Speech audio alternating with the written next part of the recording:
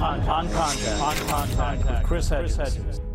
Welcome to On Contact. Today we sit down with the author Loretta Napoleoni to discuss how jihadist groups are making billions of dollars trafficking migrants into Europe. So you have to pay somebody to take you from your town to the border of Turkey, then from the border of Turkey to Istanbul, then from Istanbul to Greece, then from Greece, then when you get to Europe, same story. And they're all local gangs. So this is something we have never seen before in Europe at all. The organized crime cannot handle this. On Contact, neoliberalism, patriotism. Truth is not social obedience, counterweight, class war, corporate dictator, utopian ideology of neoliberalism, revolt unmasked. On Contact with Chris Hedges. The trafficking of tens of thousands of migrants a week to Europe is the direct result of the military interventions carried out by the United States. These traffickers have their genesis in kidnapping rings, drug traffickers, smugglers, and jihadists such as Al-Qaeda in the Maghreb. They have risen up out of the failed states created by the wars in Afghanistan, Iraq, Syria, Yemen, and Libya. Law and order has collapsed. Weapons looted from stockpiles, captured, or provided by outside countries, including the United States, have created a Hobbesian universe. Warlords, jihadists, militias, and criminal gangs terrorize and exploit the vulnerable. They earn billions of dollars a year through extortion, drug trafficking, kidnapping the local elites and Westerners for ransom, and now from smuggling the desperate to Europe. They expose the abject failure of the U.S. experiment to export Western-style democracy through force to the Muslim world. RT correspondent Anya Parampel looks at the multi-billion-dollar business of trafficking migrants. Collecting ransom payments for hostages is a money-making technique employed by gangs and bandits since the beginning of time, and the self-proclaimed Islamic State is no different. $125 million. That's how much the New York Times estimates the Islamic State made on ransom payments between the years 2009 and 2014. In 2014, it was reported that in return for journalist James Foley, the Islamic State made a multi-million-dollar payment request from the United States. The U.S. refused to pay, and Foley was executed. According to author Loretta Napoleoni, in 2004, a hostage held in Iraq could be freed for around $2 million. Today, that fee has climbed to over $10 million. The United States has a strict policy of refusing to pay ransom fees for hostages and forbids their families from doing so. However, ransoms and kidnappings is not the only way the Islamic State trades bodies for cash.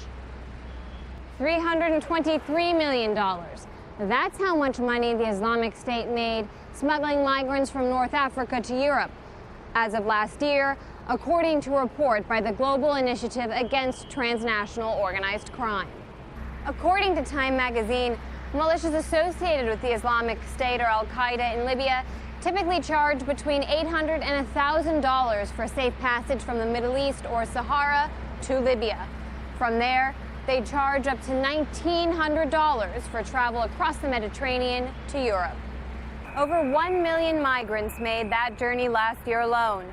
And while not all of them had to pay the Islamic State for their freedom, reality is the cash flow won't stop until the need for these people to flee their war-torn countries is no longer.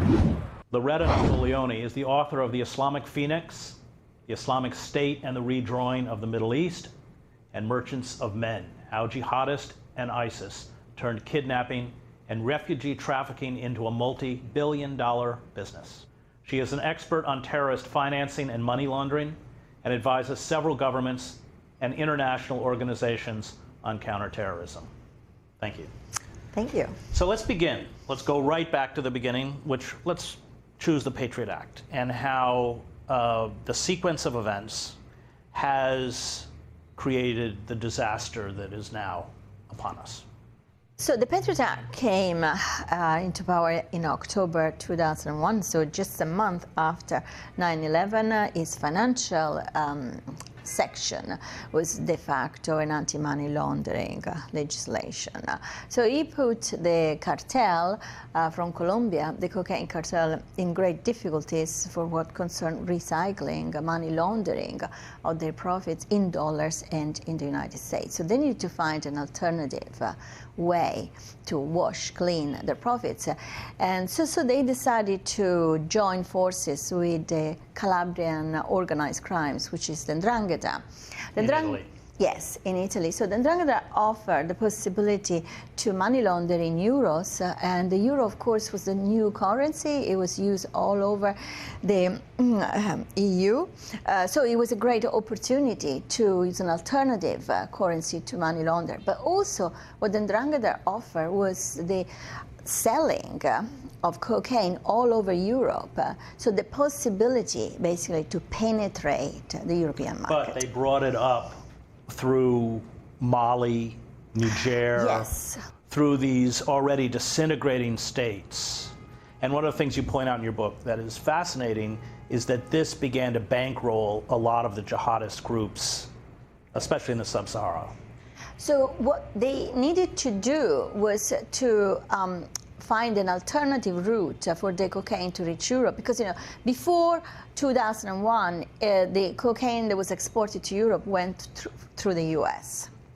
So the idea was to use this new route, which was using small planes full of cocaine flying from Venezuela to West Africa. Guinea-Bissau was the most important country. They virtually bought the country, basically. Although sometimes they weren't even small, because wasn't there that was it a 747 that crashed filled with cocaine? In Mali, yes, right. Absolutely. Yeah, they use different, but at the beginning they used small planes. But the really important issue was that when they got to West Africa, they discovered that they actually could use the smuggling route, the old, ancient smuggling route of for cigarettes and this kind of stuff. Exactly. There was an already existed infrastructure, so they tap into that business. And this would have been going up into countries like Algeria, for instance. Yes, and Libya.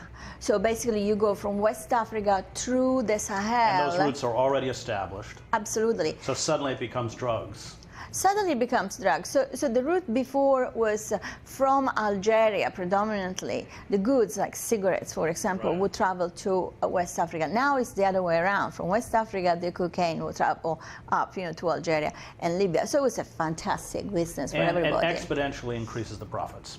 Absolutely. Increased the profits. It was a sure business also because these countries were all destabilized. And the people that did the smuggling were actually jihadists. Well, you call them jihadists, criminal jihadists. Yes. Which I think, having covered them is a really good description. That fusion of criminality, we forget. Yes. I mean, in every revolutionary movement, Daniel Ortega started his career robbing banks, as did Stalin.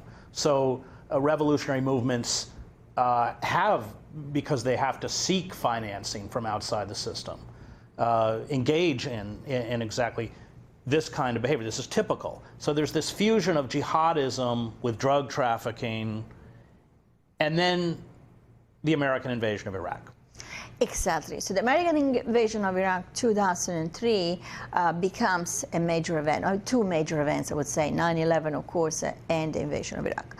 Then there is a group of these jihadists who want to branch off because, all of a sudden they have sufficient profits in order to expand their business.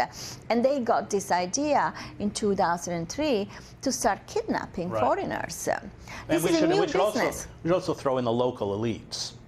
Yes. I mean, they probably began with the local elites and then ran dry, right? Yes, absolutely. These people could do what they were doing because they were paying the local elites. So the corruption is very similar to the corruption we've seen in Mexico, for example, or even in Colombia.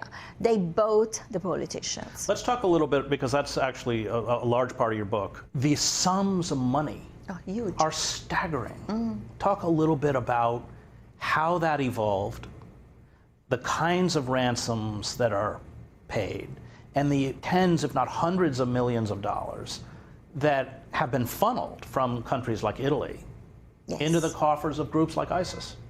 So the beginning of this business is 2003. They didn't know really what to expect. So they kidnapped 32 Europeans from different countries, and they netted about 6 million euros. This was the Algerian camp? Yes, this was the Algerian camp. Right. This was in Mali. They kidnapped people in Mali and also in southern Algeria.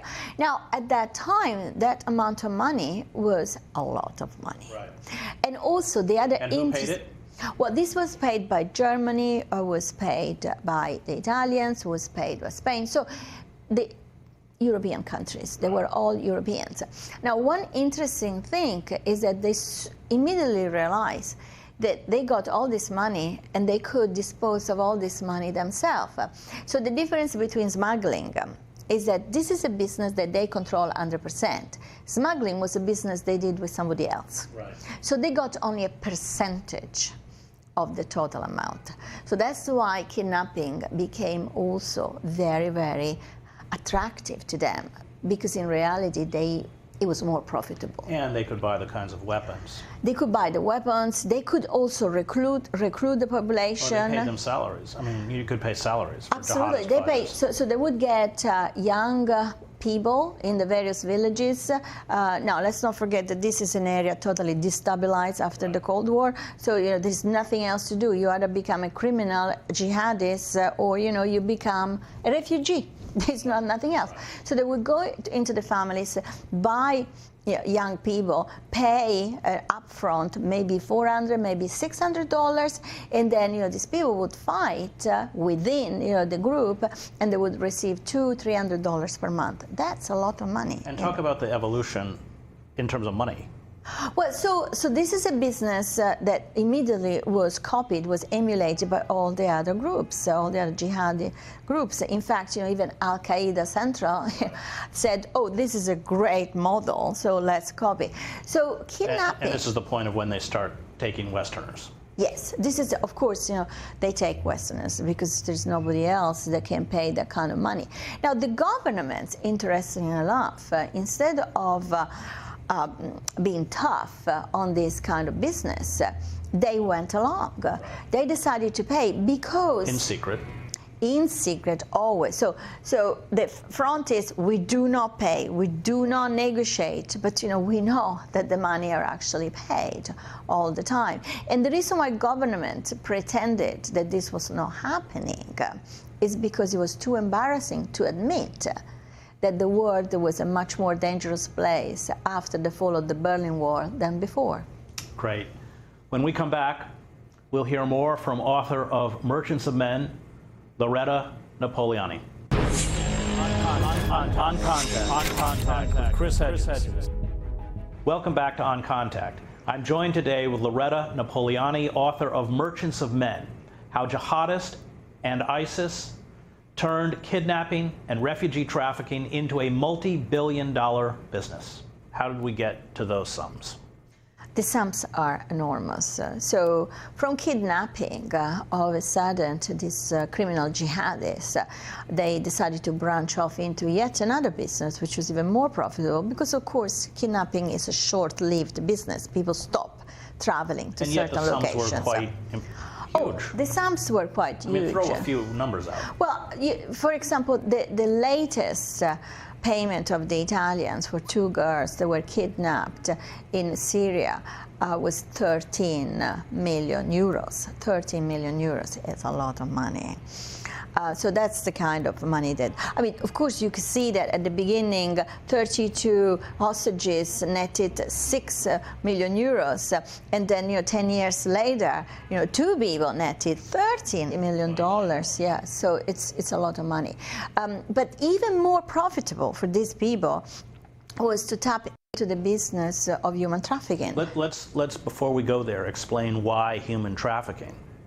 Well, exists. Human trafficking, of course, this is almost a catch-22 situation, because the cocaine that came to West Africa destabilized the area. So people started to flee to Europe in order to get the chance to have a normal life. Why did it destabilize the area? Well, because of course the area was destabilized by the presence of the cartel that bought the politician, that corrupted those governments. So instead of democracy after the fall of the Berlin Wall, we actually had widespread corruption at the hands of criminality. I mean, who won this, if you want to call it, the game of globalization, is the criminals and the terrorists, not democracy for sure. So the process of destabilization goes hand in hand with the falling of regimes that were backed or they were inspired by the two superpowers of the Cold War. So you have the creation, because of U.S. military intervention, in Syria, in Iraq, in Libya, of vast areas that are failed states. And geographically, I think a lot of people don't grasp the size of these areas. Oh, we're talking about the Muslim world. We're talking about from West Africa all the way across the Sahel, which is the area between North Africa and Central Africa, to West Africa. West Africa, then it goes up to the Arabic Peninsula, Yemen, for example, all the Middle East, and then we get into the Caucasus, and then we get into Central Asia, and now we're seeing the beginning of the destabilization of Southeast Asia, countries like Indonesia, for example, the Philippines. We're talking about a large segment of the world, which happened to be Muslim, of course. The presence of U.S. troops in Iraq was fundamental for the spreading of jihadism. Right. They used that to convince people that they lured them. I mean, it was, and you write about this in the book, that that's one of the reasons you talk about Western hostages like Foley being beheaded. Absolutely. The idea is that they need the presence. Yes. That to recruit. Yes. The battling of. That was a brilliant manipulation. Well, I think the term uses some hostages are worth more dead. Absolutely. So that's the different thing. So we have the criminal jihadis that only want hostages in order to get money. Then all of a sudden we get the Islamic State, who has actually a political agenda. And for this organization, some hostages are worth more dead than alive. And why did they want Foley dead? Well, because they wanted to lure the U.S. into this conflict. Into the Syrian conflict. Absolutely. Why? Because that would justify their presence. So they would become the people who are defending the local population against the bombing that is coming from the Western coalition, which is exactly what has happened. It was a way to consolidate their own consensus. And the results are positive for them, because people say, oh, well, now the Islamic State is much smaller. It's not true. The Islamic State may be geographically smaller in Iraq and Syria, but it's all over the world. Yeah. So we have Boko Haram, we have Al-Shabaab, we have all these groups who have pledged alliance. We have the presence of the Islamic State in Libya. So that strategy to create a sort of international anti-imperialist front by killing Foley and bringing the U.S. in has worked out very well. There's a point you make in Islamic Phoenix, one I've repeated here in the United States and gotten into some trouble for repeating, but which is true, is that the carving up of the Middle East after World War I, the so-called Sykes-Picot Agreement, 1916, left a map that the colonizers imposed on the Islamic world, on the Muslim world, most of the Muslim world. And the only time that map has been redrawn is in 1948 with the creation of the Jewish state of Israel. And now, and as you point out, the tactics were the same. Absolutely. A mythical vision, whether it's the 7th century caliphate or return to the lands of the Bible. Foreign money, foreign fighters, massive ethnic cleansing, and terrorism. Yeah, and nationalism. And nationalism. All under the umbrella And of religious nationalism. Yeah, religious nationalism. Yes, it worked. It worked very well. There are a lot of similarities. This is the way that the Islamic State has differentiated itself from all the other groups. Right. And this is why the Islamic State has become a sort of anti-imperialist brand, Right. while I Al-Qaeda... think a lot of people, you're right, well, Yeah. a lot of people outside, Yeah. you know, I always talk about the bombing of the killing of the Jordanian pilot. Well, Yeah. yes, they put him in a cage, lit him on fire. Yes, it was barbaric, but we incinerate family after family Yeah. in saturation bombing of cities like Raqqa. Yeah, the symbolism Right. is extremely, extremely strong. I mean, the fact that the hostages, the 25 hostages in the hands of the Islamic State, had to wear The orange jumpsuits the orange from Guantanamo, jumpsuits, exactly. and they had to memorize the number in Arabic. Their own, so it's recreating Guantanamo again. Let's talk about the migrant crisis. So this arises out of this progression, drug trafficking, or let's begin with smuggling, drug trafficking, kidnapping, and the migrant crisis becomes even more lucrative financially Oh, than absolutely, kidnapping. absolutely. So the destabilization of this part of the world has produced this massive migration. We're facing today a migration that is the biggest since World War II. So, you So know, 1.5 million people last year, is that right? so 2015, 1.5 million people enter Europe officially. So we don't even know how many enter Europe non-officially, right? So, so we're talking about big money because these people need the traffickers. So let's talk about the money they're making. So the money they're making depends, of course. Because Depends where you come from. It's more Depends. expensive to go through the Islamic State Absolutely. than it is to get on a boat from Libya. Yes.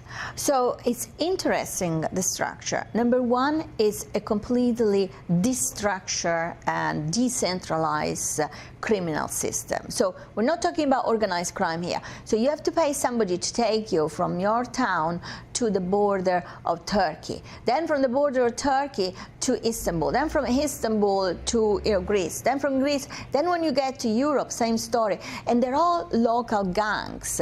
So this is something we have never seen before in Europe at all. The organized crime cannot handle this. Is too decentralized. Then you look at the various parts of this journey. Who makes the most of the money? Well, most of the money, of course, are made until you get to the gate of Europe. So the traffickers will also kidnap you during the journey. So that And then you're right about it. Then they have to call home then to get more money. Exactly. This is a sure business. It's also a very profitable business. So let's talk about how much they're making. So I would say that we're talking about billions. It's impossible to quantify it, but today, if you want to get out of Syria and you want to reach, for example, by plane from Turkey, the north of Europe, you probably have to pay between 20 and 25,000 euros. That's per individual. Right. If you want to go the other route, which is basically the either overland or by boat, you don't save very much money because you don't know what's going to happen. Right. You don't know. So I would say that maybe you save 30%, 40%, but you don't know. You don't know because you may get stuck somewhere, and then you have to corrupt the local police. And this is all being run, as you point out, by groups like ISIS. This has become the money machine. Yes, this is all groups like, so ISIS, for example, last summer netted if $500,000 per day. $500,000 euros per day. Dollars. $500,000 per day for the crossing of the migrants in its own territory. And of course, with the same vehicle, the traffickers will come back immediately after with smuggled products. I just want to end by asking where you think this is headed. We have a minute left. This is heading for war. Absolutely. War between whom? Well, I think there'll be a war between Europe and Russia if we do not find a solution. Why? Because the migrant crisis puts so much pressure, as I just saw in Poland, that it gives legitimacy to these kind of proto-fascist movements? Europe is going right, seriously right. It's going to become more and more conservative. It's going to become, yes, some countries are fascist already. And the resentment towards Russia, it's enormous. This is especially in Eastern Europe. And Russia is very much present in what is happening in the Middle East. Right. Well, we can thank George W. Bush and yes, that's all. And Raytheon and Halliburton and all those companies that and Tony Blair. Let's not forget Tony Blair. Thank you. Thank you. Loretta. Thank you for joining me. That was Loretta Napoleoni, author of Merchants of Men, How Jihadists and ISIS Turned Kidnapping and Refugee Trafficking into a multi-billion-dollar business. More than 1 million migrants have fled to Europe in the past year. They are fleeing the chaos and violence of the failed states left in the wake of the disastrous military interventions carried out by the United States.